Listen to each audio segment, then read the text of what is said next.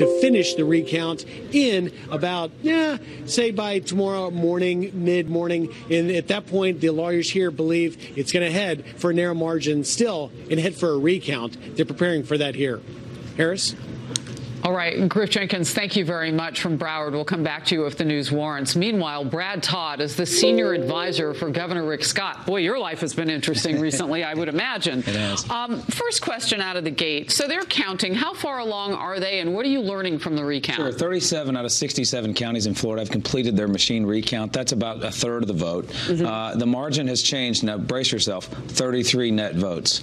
Governor Scott still... Not percent. No, not percent. That'd be breaking news off the charts. Not 3,300, 33 net votes. So, Gil Nelson's on pace here to gain maybe 100 votes in this machine recount, and which will leave him like 12,449 votes short. You hear about how expensive this process is, but the law said that it could be done, should be done. Is it worth the process of having voters look at this and doubt the validity of their own vote? Well, we're in a machine recount now. Every vote that was cast legally is going to be put back through the machine reread. We'll be done with that tomorrow at 3 o'clock. Is there anything else coming? Well, you can go to a manual recount after that, but tomorrow at 3 o'clock, Bill Nelson is going to have a decision to make. He's been in politics since I was 2 years old. 1972, he got in politics. He's done a lot of things he's proud of. He has to decide if he wants to end his career with something he's not proud of, which is to drag the state further and longer through this process when the outcome is very clear. Is it clear to everybody? I know you're talking about a machine count now, and I just want to drill down on that 33 net votes. How do you know that? Because we've had observers in every county as they've completed it, and so that's the current tally. But the outstanding margin between Bill Nelson and Governor Scott is so stout. Bill Nelson's own lawyer has previously called margins smaller than this insurmountable. He said that the loser, the person behind by less than Bill Nelson is behind, should graciously concede. So that's the question Nelson has to face tomorrow at 3 o'clock. Yeah. Well, Nelson's paying his attorney, so he has to say nice things about his client, I would imagine, right? Isn't that how that works? Let's talk about this election supervisor. I think it's interesting that Democrats have supported Brenda Snipes so much when it was their side of the political aisle in primary season, which was really damaged by some of the illegality that we know that she engaged in. Well, she has repeatedly engaged in illegality and failed to follow Florida election law. She is elected as a Democrat. Florida is one of those states where the election supervisor is elected at the ballot, and Brenda Snipes is a Democrat, and she's been elected 4 times there in Broward County. The question that we wonder is why, have someone so experienced in election law, she has been in office so long, so negligent in following the law? Why is she? That's a great question. That's why we've been so vocal on this. Is there going to be an investigation into Brenda Snipes? Well, there is an investigation today. If you'll read, there's a story in Politico that says that the Florida Democratic Party altered election documents and encouraged voters to turn in their ballots well after the deadline. The deadline, you have to have those ballots in and completely matched up by Monday, 5 p.m., the day before the election, for an absentee vote by mail. The Florida Democratic Party, according to Politico today, altered those documents and encouraged voters to continue to submit ballots after that deadline. So then that links back to Brenda Snipes' decision to continue adding to her totals that she announced after Tuesday night. Now, the Democrats have encouraged people to continue to vote after Tuesday. Broward County is continuing to add to their totals after Tuesday, and now the Democratic Party and Bill Nelson have gone to court and said, let's count every vote that came in after Tuesday. Those 3 things go together, Harris. In case people are just tuning in, I want to make it clear that the vote count between Nelson and Scott is not 33 votes. It's a whole lot of votes. It's 12,500. It's 12,000. So you would have to be, at this point, maybe with a third of counties counted, maybe picking up more than 33 net. I'm just kind of spitting the facts in case people are just tuning in, because this has been a point of interest of people all across the country. Are our votes protected? Here's a question for you. How long has Governor Scott known that there were problems with Brenda Snipes? Well, I think the whole state of Florida has known that Brenda Snipes has not been the most outstanding election administrator. Why didn't he fire her? He is very careful about his decisions on suspending or removing them. She works for the people of Broward County. She's elected by the people of Broward County. She's an elected Democrat there in Broward County. And Governor Scott believes that the will of the voters should be honored. He did send monitors to Broward County last June to try to supplement and make sure that her efforts were better this time. But he believes in local control. And in Florida, elections are controlled at the local level by locally elected people. And now he's recused himself. He also did that in 2014. He did. Brad Todd, senior advisor to Governor Rick Scott, great to have you. I know you were calling him Senator-elect already, but we don't have the actual vote count. We'll get it. Hopefully in the morning.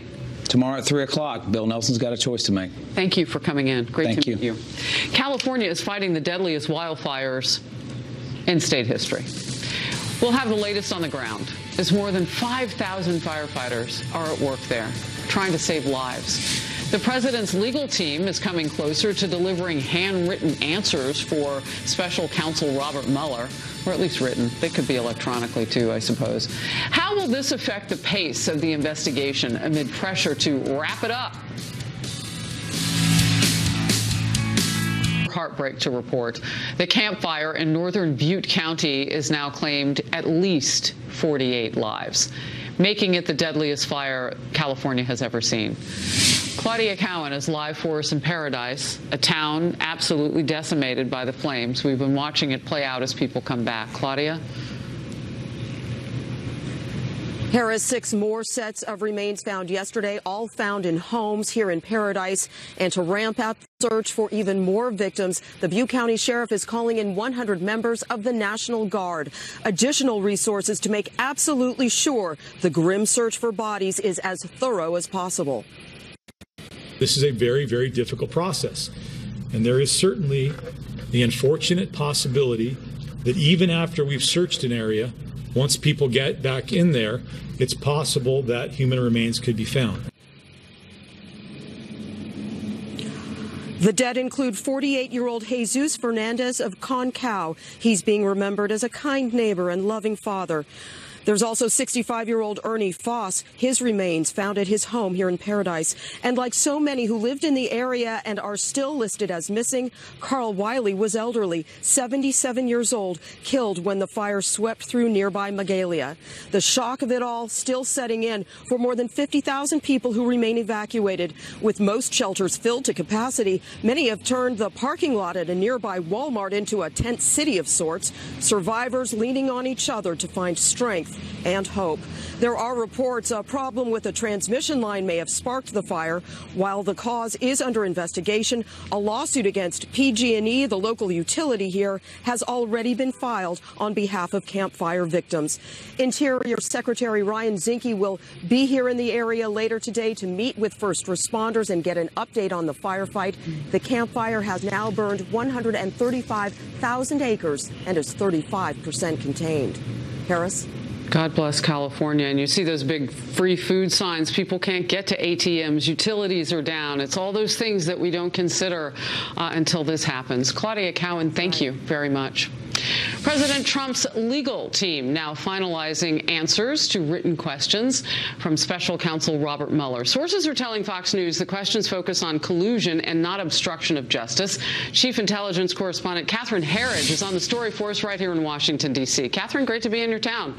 That's right, Harrison, thank you. 2 sources familiar with the discussions told Fox News that written answers are being finalized and could be submitted to the special counsel Robert Mueller and his team as early as the end of this week. Contacted by Fox, the president's lawyers had no immediate comment.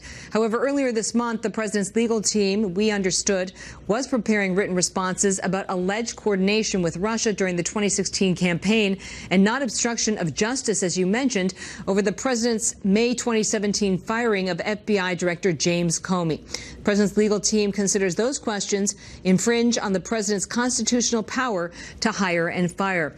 Also today, the Justice Department released this 20-page legal opinion backing President Trump's appointment of Matt Whitaker as acting attorney general, relying on the Federal Vacancies Reform Act. A key issue goes to Senate confirmation, and the Department of Legal Counsel, which provides legal guidance to the federal government, found Senate confirmation is not required if the appointment is temporary. Quote, all 3 branches of government have long recognized the president may designate an acting official to perform the duties of a vacant principal office, including a cabinet office. office, even when the acting official has not been confirmed. Another key issue, whether the Justice Department's own succession statute should have taken precedence, with the acting AG job falling to Deputy Attorney General Rod Rosenstein. The Office of Legal Counsel found the president may use the Vacancies Reform Act in place of any agency succession plan if he chooses to do so, and that this authority has been recognized previously and used by Presidents Bush and Obama. This morning, after the opinion was public, the Senate Minority Leader said that Whitaker needs to stay out of the Russia probe. We want to make sure that the acting Attorney General does not interfere with the Mueller investigation, and we believe our Republican colleagues will join us. You'll see on the floor later today a bipartisan unanimous consent statement, unanimous consent request to prevent the acting Attorney General, Whitaker, from interfering. On the question of recusal from the Russia probe, Whitaker is in the middle of an ethics review by the Justice Department. Republicans and the administration say his past critical statements as a private citizen about the Mueller probe are not disqualifying Harris. All right, Catherine, thank you for racking You're up welcome. the facts for us. Appreciate it. Bringing in now Virginia Congressman Bob Goodlatte, chairman of the House Judiciary Committee. Great to see you today. Thank you, Harris. And we'll get to the personal stuff later, because this is your last term, and I do have some questions for you about that. Let's talk, if we can, first about written answers from the President of the United States. Does this push this investigation by Bob Mueller forward?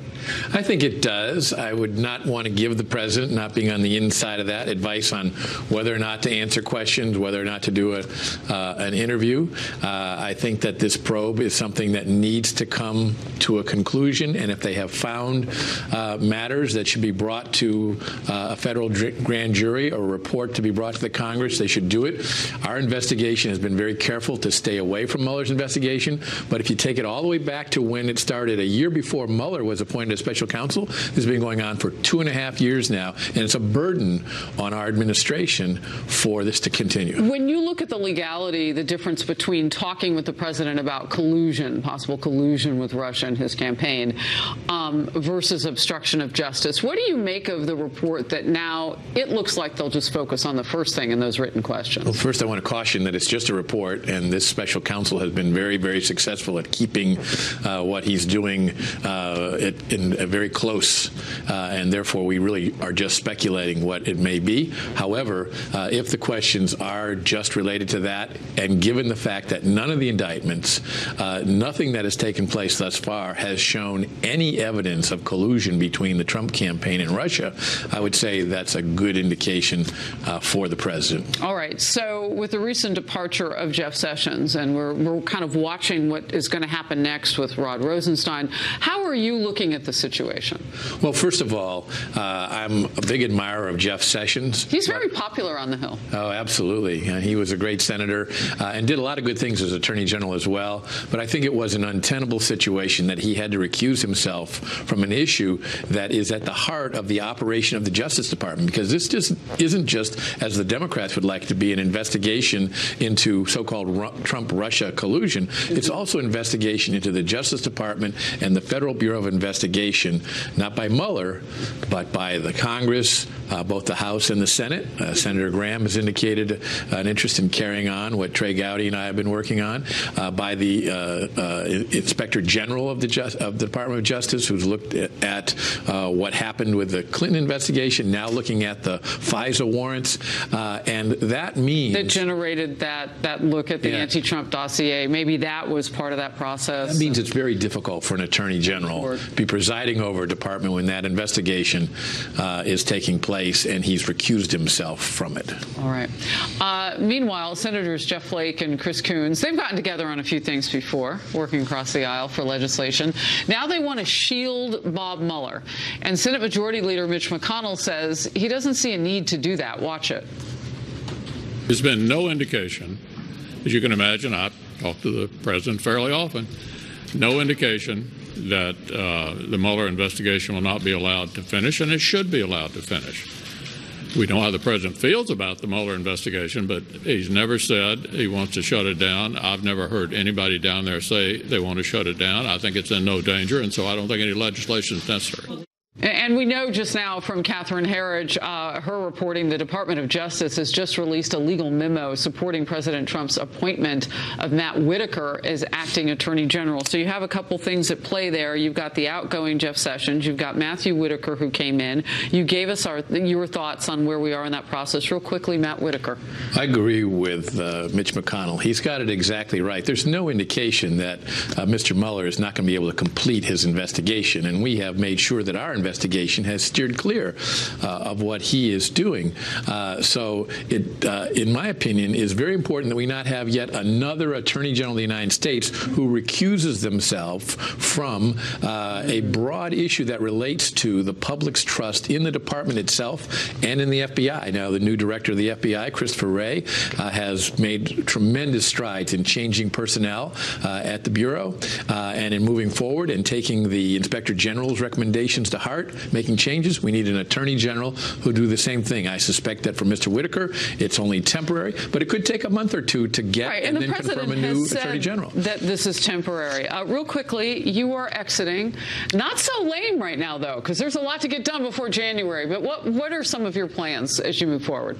Well, in the remaining weeks in office, we have to complete this investigation. We have major people that we need to interview under oath with multiple questions, including former Director Comey, former Attorney General Lynch, former Deputy Attorney General Yates, and some other people as well. And we're working with the current Deputy Attorney General to make sure we get his testimony on the record as well. We're going to work on immigration reform here before we leave. We also have criminal justice reform and more. So that's all the professional. You shared with me that you're going to hike, you're going to read, you're going to swim, and take some time to figure out what's next. I wish you all the best as you do those things. Chairman Goodlatte, thank you for being here. Thanks, Harris. Absolutely. Best to you as well. All right. All eyes on Capitol Hill right now. House Republicans are choosing their leaders in the new Congress. What can we expect? The power panel will weigh in, and we will roll on here from the nation's capital. We know in the House of Representatives that they are voting right now on the House Minority Leader, and that would be the Republicans. And we knew that they were meeting the leadership. California's Kevin McCarthy is expected to beat out Jim Jordan, who you see on the right side of your screen there. Power panel, let's bring them in for this breaking news. Tammy Bruce, Fox News contributor and president of the conservative Independent Women's Voice, and Brad Woodhouse, executive director of Protect Our Care and former communications director for the DNC. Brad and Tammy, great to see you. How are you? Fantastic. Good. I'm glad to be here. Yeah. I mean, you know, I brought my anti-swamp gear. So, Tammy, let's talk about where we are as they are taking this vote and what this means for maybe the Freedom Caucus inside the House. Sure. So there's a suggestion that if Jim Jordan doesn't get any votes or it's a real washout, that is somehow a statement about the Freedom Caucus. I would argue, though, that there's always been a fracture there. Obviously, that's why there's a caucus for particularly conservative Tea Party type individuals. So it wouldn't necessarily be surprising. McCarthy is expected to win.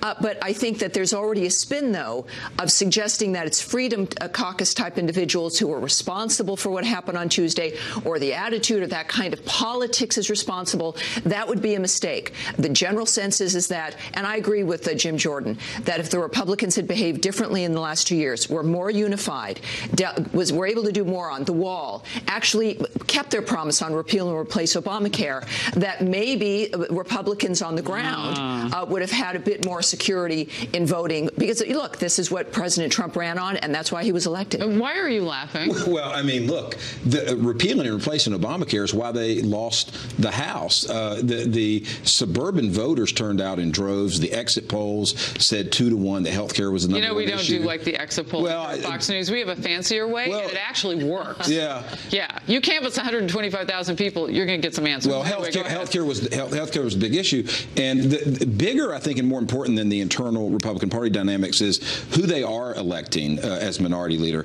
Kevin McCarthy, after the House failed to pass health repeal the first time, said, let's do it again. He twisted the arm of every Republican in the California delegation, and a bunch of them lost their seats because of that vote. And that's who they're putting back in charge of the House Republicans. I think that the difference is, and I would not disagree that the Republicans have screwed this up, because beyond not repealing and replacing Obamacare, which they promised over several election cycles to do, they also didn't really articulate and try to implement something else. Yes, they were, you know. That's got to be so frustrating for President Trump. Well, because he helped his party get to the point, bring them to the brink of let's talk about repeal and replace, and then you didn't But see, this is why I would disagree with you in that the reason that the Republicans got the House and the Senate and the White House, the overarching argument all those years was Obamacare and its drag on the economy, and that was correct. Well, this has been a warning, and they have 2 years to do it. That's why the leadership is important. If it's McCarthy and Steve Scalise, the president would seem to be, I think, happy, and they can get something done. I'll say this, politically speaking, go ahead. Let's leave some time to talk about the border. Okay, I'll bring you guys back. Okay, I'm right. Defense Secretary James Mattis is at the border today, visiting our troops deployed to back up border security efforts amid growing questions over the administration's response. The power panel stays. We're talking caravan, too.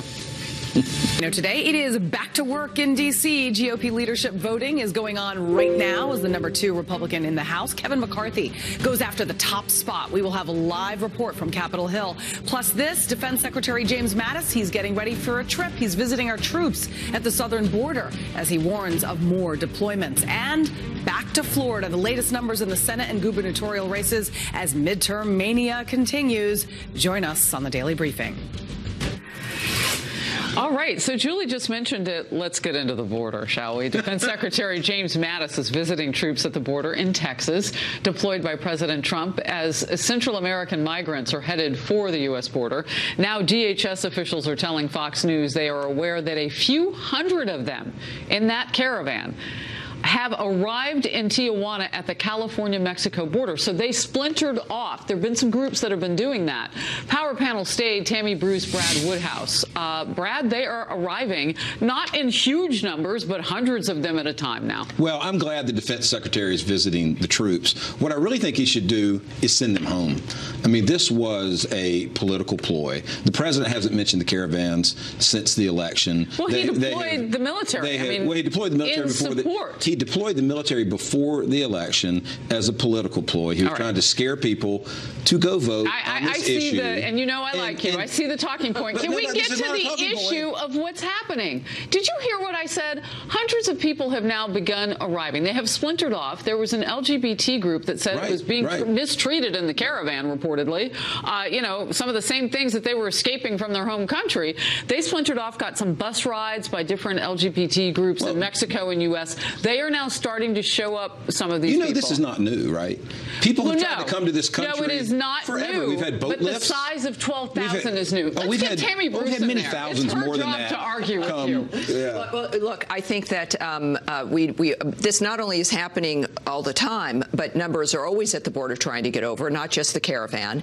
And this is one of the arguments, though, about wanting people to come within a controlled framework, because, as an example, gays and lesbians who are fleeing an oppressive regime and oppressive cultures.